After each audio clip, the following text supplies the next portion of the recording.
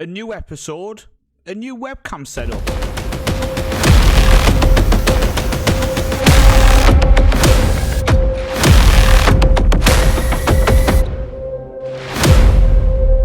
So what is going on, guys, and welcome to this episode of A Builder Nation in Norway. My name is Paul, also known as the Northman. Thank you for joining me as we get through our scouting and we look at our signings throughout the summer of 2026, Season 4, as we look to cement a place in the top flight. We have a couple of positions which are vital we improve and replace over the summer window, so I thought it was a good way to record. I've set up a couple of stop points throughout the summer where I saved the game, so we'll look back on what happened and how my scouting went, because obviously we are a club who financially is not in the best position, so we've got to make sure we balance it correctly. Now, before we go into it, the reason for the square webcam now is I've switched from Streamlabs OBS to OBS. And the reason behind that is Streamlabs OBS kept crashing my computer. So I had 3 or 4 crashes in the last few weeks, and it was always when I was midway through recording, the last episode being a prime example of that. So I've had OBS for a long time, I just never use it because it uses so much CPU when streaming. But now I'm not streaming with a baby on the way. I thought I'd go back to it, but I couldn't get the blacked out option to work, so quite often my wife sits there watching telly. Where's my hand gone? There watching telly when I'm recording. Probably gonna have to try to record when she's not in now, just due to the fact of you can see more of the living room behind us. But yeah, I'm not sure people care, but thought I'd let you know. So, as people know, or if you don't know, our left back is leaving us. We've sold him to Malaga for $500,000. Now, we can't invest that $500,000. We can't spend. So as we look for cheap, affordable, free transfers, technically, I need to activate my scouting. So just today, I've activated the scouting range for Europe, which is $20,000 a month.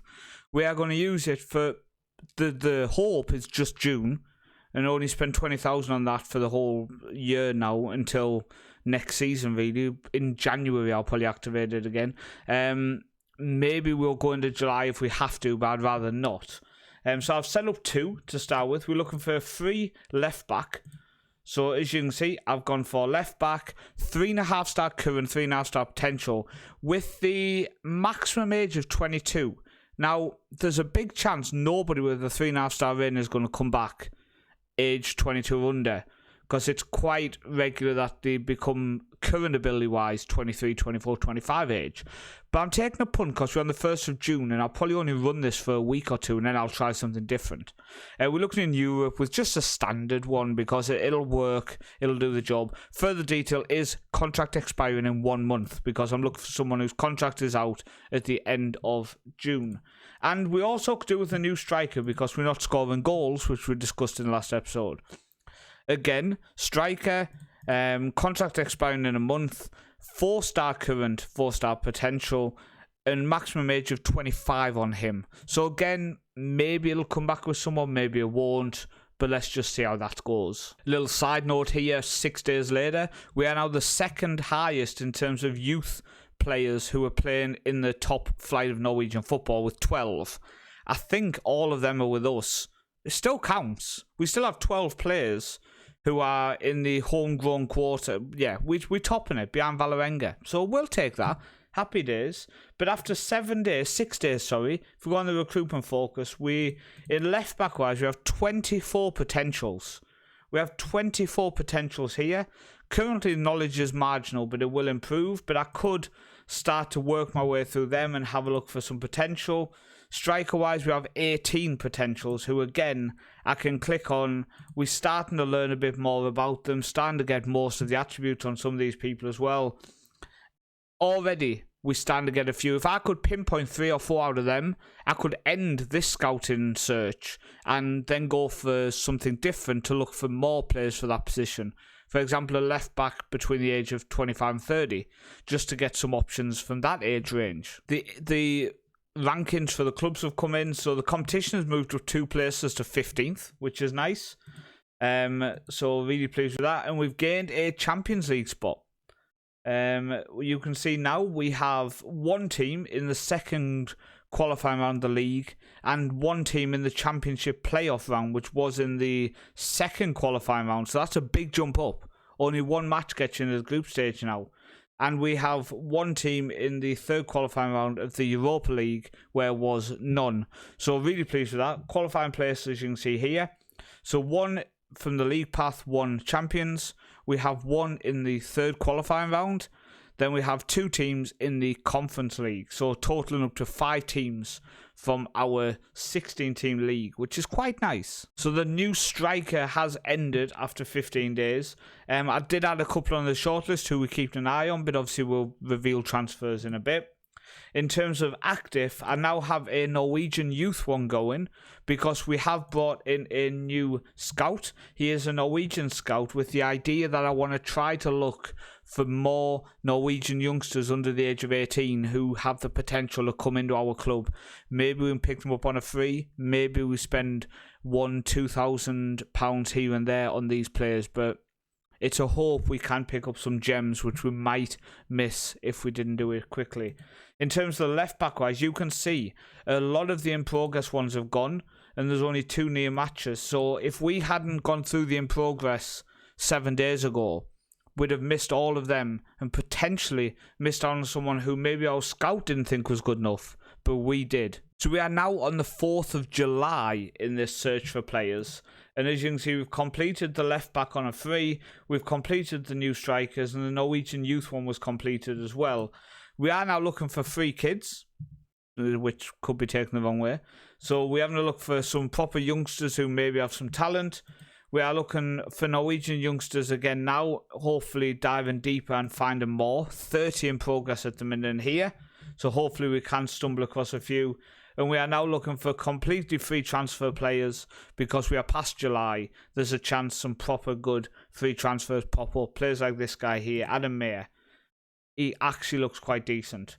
Probably wants a high wage, come from Sheffield United, but does look decent. So we are now on the 26th of July. And what I would do at this point is come to the agreement that I've found what I can find and I'm willing to deactivate the scouting range. Now, before that, I will go through all of these players and just double check we've not missed any gems. Double check we've not missed any players who could come in and do a really good job for us. This Norwegian guy who's been playing at Randers, for example, can play both wing, looks very talented, good personality. He's 26.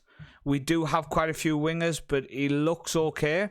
If he came in, he would be our best left winger. And in my opinion, he is worth bringing on trial for a month and just seeing how he would do. But I will go through all of these, see what we can find, see what talent we can come across. Like the Norwegian youth one, it's getting a lot of talent through there at the minute. But it's just an interesting scouting method I go with to save money in terms of I don't have the scouting range active all year round. But throughout June and July, I've activated 6 different scouting processes, 6 different recruitment focuses to try to pinpoint the exact transfers we need. So if you go into the transfer history, you can see we are done with our transfers. Now our outs, we do have 1 extra. Sherstein, our goalkeeper, we've ended up selling during the summer. A transfer we didn't plan on making, but a transfer which has happened. And at the age of 31, we got offered 800,000. We got 400,000 up front. And in 6 months, we get 200k. And in another 6 months, 200k. Firstly, the 400k up front was a huge boost that we needed. The 200k at Christmas will be great, and the 200k before the summer window next year will be fantastic as well. So he's gone off to Cadiz, and all I've done is I brought back Sander Lundin back into the first team. So we sent him on loan to San Jose this season. I did say long term I thought he could be our first choice keeper. He's come in, he's going to do the job. Is he going to be good enough when we hit the Champions League? If we hit the Champions League, I don't think so. But for now, he is definitely good enough to be our first choice keeper. So he's come in back off loan to be the keeper. And in terms of the ins, we only end up making 2 signings in because one of our positions we were trying to fill, I did what I do best and filled with someone from my youth team. So first off, Begbie comes in, who is a left back. Comes in from Tromsø. It's costing us £300 a week. And he's very talented. He can also play left wing. He's 29, so I have no interest in signing this guy long term, being aged 29. But for now, I'm really, really pleased with this signing. I think he could be a solid player for us. Comes in on loan, but he is coming in as our backup because we picked up Callum Scanlon. Now, he's come through Liverpool's academy, and the only issue with him, I'm going to hold my hands up, well, apart from the fact he can't jump, he has passing of 6. But in my defence, there was 4 championship clubs and us interested in him, and I couldn't see his passing attribute. Now, yes, we should have been careful. He's coming on a fairly big wage, but the fact that he has that England badge next to his name means he has a value of 375k to 1.3 million. And in his individual instructions, which I'll show you now, playing at left back, we have made sure we said take fewer risks and dribble more. Now, the reason for the dribble more is that prevents the early pass. That prevents them getting the ball and looking to release it early. I'd rather he dribble with it, and if he is going to do a bad pass, do it in the final third. Because from left back, he's not bad. He genuinely isn't bad. His positioning of 5 and off the ball of 5 is worrying defensively and offensively. But I've not seen it affect him so far in games. So, in terms of left back, he's been playing as a fullback on support with the individual instruction of dribble more and take few risks. He's done good, a 7.10 average in the 2 games he's played. Can't be snubbed at. So, yes, he doesn't look the best, but he's done well so far. So we brought in 2 left backs to replace O'Praya, but we did need a striker as well. So what I've done is Natvig, who was playing for our youth team and had scored 22 goals, I've promoted through as our backup striker for this season. It's a short-term option, but we couldn't secure a striker who I thought was good enough to spend the money on.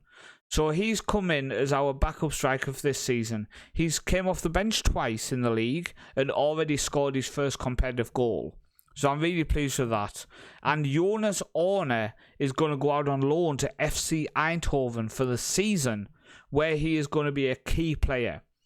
Now, I've said in a previous episode, with his personality of perfectionist, him going out on loan is needed in my opinion, because I can't guarantee him a stand spot. Berisha is still my striker I like to use. But if he can go out on loan and develop and get better, maybe when he comes back, he could then push into that stand spot. He really could. But send him off on loan, going to get some football in a different country. I hope he can develop. But if we have a look at how it's gone during the summer, so we had a friendly against Sola, one of our local teams up in Stavanger, and we got 2-0 victory. We then went away to Valerenga and got a 1-0 victory with Berisha on the score sheet. Can I just say that as soon as I moved Natvig onto the bench, Berisha started playing better. The pressure of somebody coming up has made him step up. We then played Salzburg, Larsen, Berisha, Volas and Natvig with his debut goal. And then we've just beat Tromsø 2-1 away from home. They were down 10 men after 9 minutes. But Berisha and an own goal saw us get the win. So we are currently sitting, after 15 games, the exact halfway point of the season, we are sitting in 4th place. We have a game in hand over teams above us, so we could go within 3 points of top. We could overtake Lillestrøm, and we can put ourselves in a very, very good, very strong position. Now, top goal scorers this season, 13 goals in 15 games of the season so far, 16 games for him, is 17-year-old Asplund. Fair play to him.